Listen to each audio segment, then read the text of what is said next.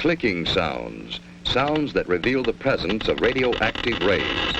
The instrument, a Geiger counter, is converting radioactivity into sounds we can hear. This radioactivity is coming from a small piece of radioactive material inside this plastic cylinder. The small amount of radioactivity coming from the cylinder is harmless. The luminous dial on this watch also gives off radioactive rays, which we hear on the Geiger counter. Even when there's no radioactive material near, the Geiger counter continues to click. This is caused by cosmic radiation that continually bombards us from outer space. But we don't get enough cosmic radiation to harm us. Today, atomic scientists produce radioactivity in large amounts. Radioactivity and radioactive materials have many peacetime uses. But we know, too, that they can be used harmfully, as in atomic bombs. The chance of your being hurt by an atomic bomb is slight. But since there is a chance, you must know how to protect yourself. To protect yourself, you have to know what the bomb does. Besides blast, there's radioactivity and heat. Can we protect ourselves from these? These children are protected. Concrete walls help stop radioactivity. Any wall stops the heat. The heat scorches the house, but does not harm the children. Any solid gives some protection. The thicker it is, the better. We have the national defenses to intercept an enemy, and we all form a team to help each other through emergencies. You are on that team. So is your family, each member of it. And in your community, every doctor, fireman, every policeman and nurse, every lineman and operator, every civil defense worker, in fact, every community employee is ready to help you if you need him. So your community is prepared for emergencies and ready to help other communities.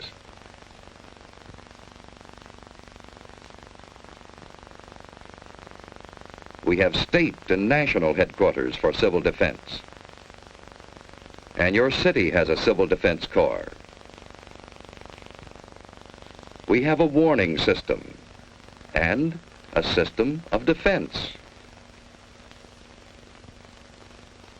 Yes, we have the equipment and the people for an effective team. But, like any team, it can win only when everyone knows his job and does it well. What is your job?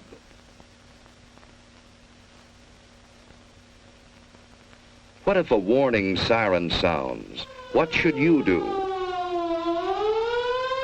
Look for cover, the nearest cover. Don't try to make it home unless home is the nearest place to go. Don't hesitate. Find cover.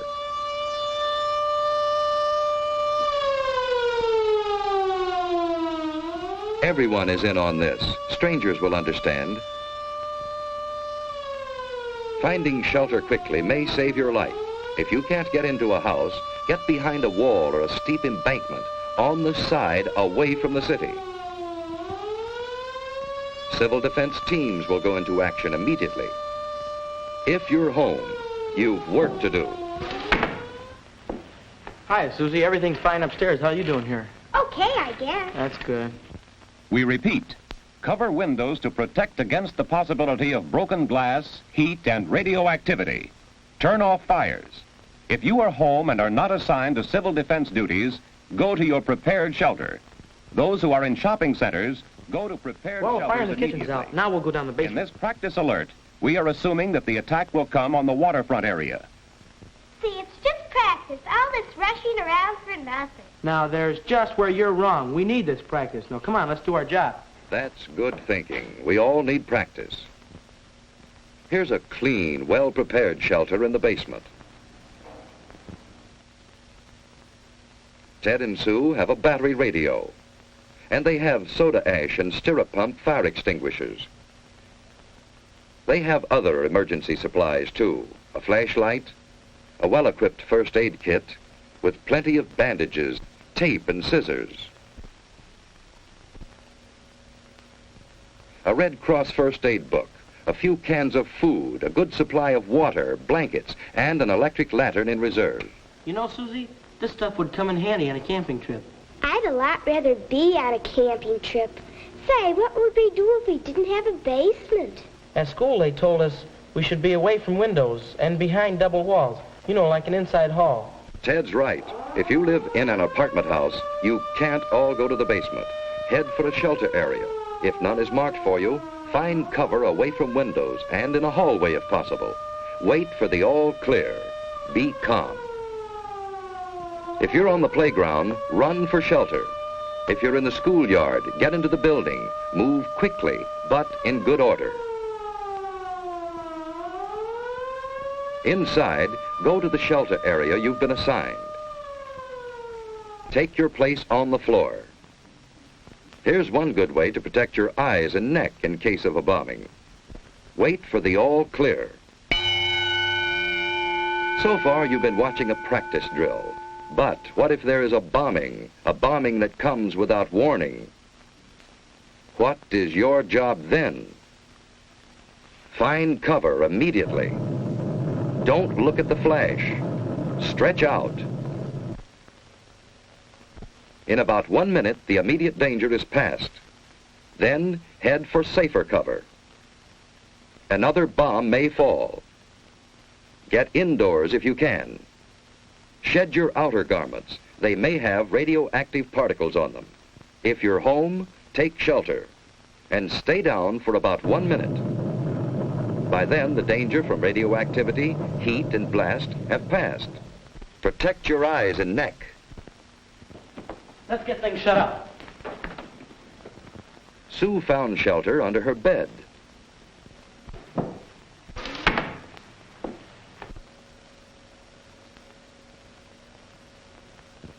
Dead. Let's get the battery set. When the house current is off, that battery radio is essential. Keep tuned in.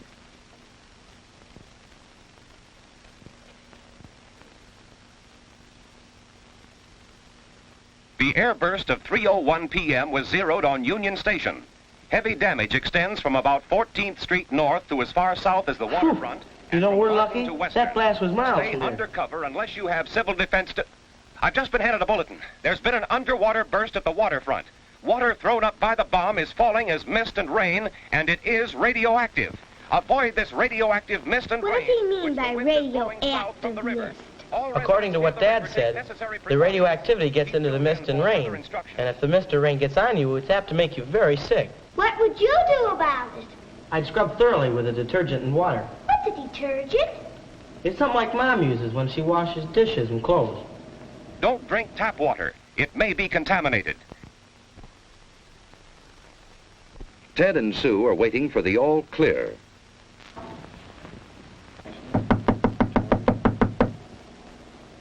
I'll see who it is. Hello, who's there? It's your block warden, Mr. Carlson. Come on in, Mr. Carlson. Hello, Ted. Hello. Ted, this is Mr. Franklin, our radiological monitor. He's here to check for any radioactivity. I saw your mother down the shopping center. She's fine. Well, there's no damage here. No, it's been very good here. Hello, Sue. Say, have you seen my dad lately? He's down at headquarters, and boy, he's really busy. Yeah? Well, there's no radioactivity here. Say, Mr. Franklin, is that a pen on your coat there? Oh, no, that's a dosimeter. A dosimeter? Well, what's a dosimeter? Well, it measures the amount of radioactivity that I've been exposed to. But this is the meter that I use to check with. Say, Mr. Carlson, is there anything I can do outside to help? No, Ted, everything is under control. You just stay here till the all-clear signal is given. You've done a good job. Thank you, Mr. Carlson. Bye, Sue. Bye. A good job. That's what everyone must do to be safe.